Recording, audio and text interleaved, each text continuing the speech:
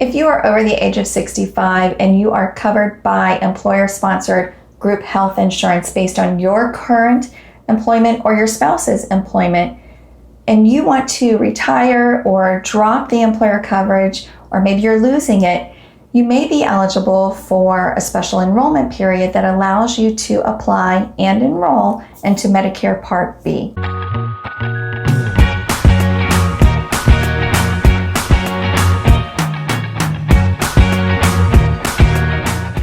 So the most common time for people to enroll in Medicare is usually the initial enrollment period, which is the 3 months before your 65th birthday, also includes your 65th birthday month, and the 3 months after your 65th birthday month. However, for some people who continue working or stay on their spouse's employer coverage, you don't enroll during that initial enrollment period unless you're only enrolling in Part A. But when you keep your employer's insurance, you usually delay entering Medicare Part B. And that's where the special enrollment period comes in handy when you are ready to retire, or maybe you lose that coverage, or just you're ready to drop out of it because it's getting too expensive. But there is certain criteria that needs to be met in order to qualify for a special enrollment period. So you must be in an employer-sponsored group health plan based on current employment with an employer that has 20 or more employees. You can also be in your spouse's employer group health plan, also based on their current employment, and again, that employer must have 20 or more employees. Now, what doesn't qualify for a special enrollment period would be coverage coming out of COBRA, or if you're coming out of a retiree health plan.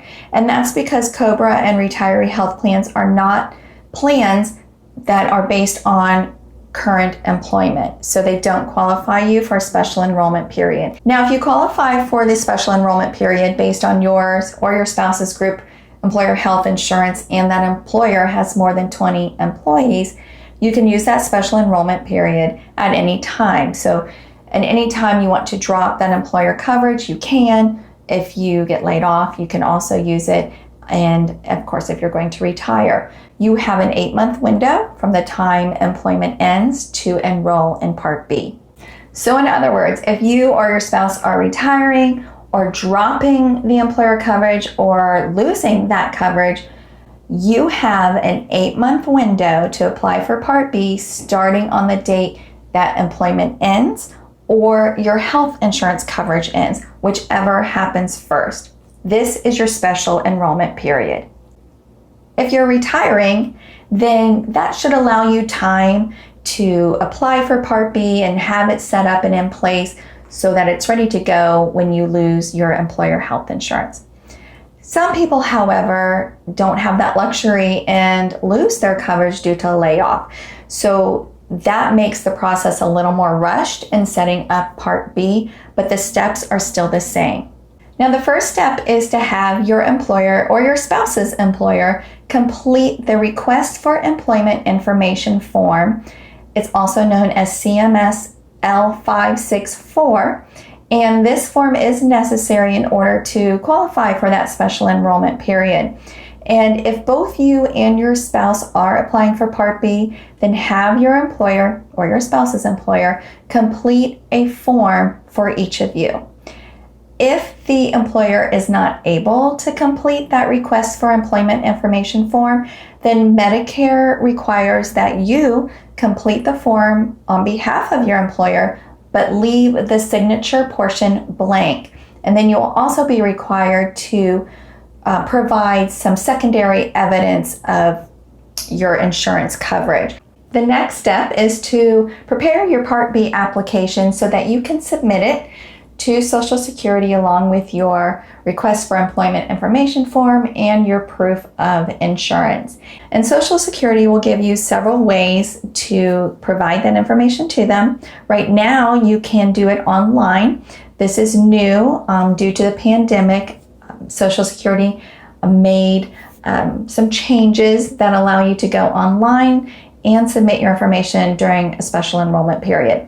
You can also fax your forms to Social Security. You can mail them to your local office. You could also take them to your local office if they happen to be open.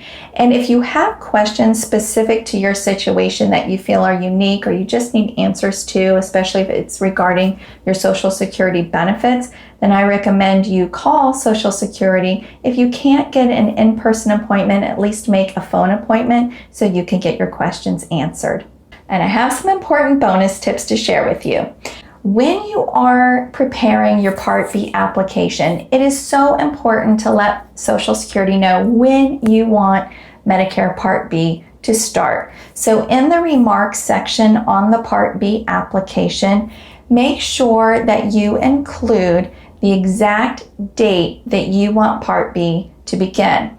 Part B always starts on the first day of the month. Always check Social Security's website for the most updated enrollment guidelines, because this video, of course, is being done today, but in the middle of a pandemic, so there were some different guidelines that Social Security has right now that we did not have in the past. So just make sure that as you're going through this process and you're getting prepared, that you check Social Security's website, which is www.ssa.gov,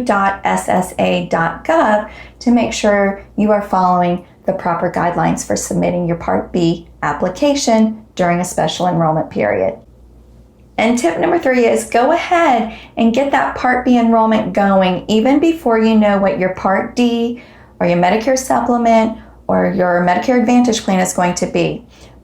Social Security does not require you to provide them your Part D plan or your Medigap or Medicare Advantage plan information when applying for Part B. So there's no reason to hold up that process while you're trying to figure out what your supplemental coverage will be. After you apply, you get everything submitted to Social Security. You can check the process of your application through your online Social Security account. Well, I hope you found this video helpful, and please check out my free Medicare e-course. It just goes through all the parts of Medicare and puts everything together in an easy, digestible format that you can go through at your own convenience. And of course, if you have any questions regarding your own situation, please feel free to reach out. I'm happy to guide you through the process. Until the next video, please take care of yourself. I'll see you next time. Bye-bye. 564, I believe. Let's double check. Yes. All right. Is that tip number 4? Secondary form of evidence of coverage. All right.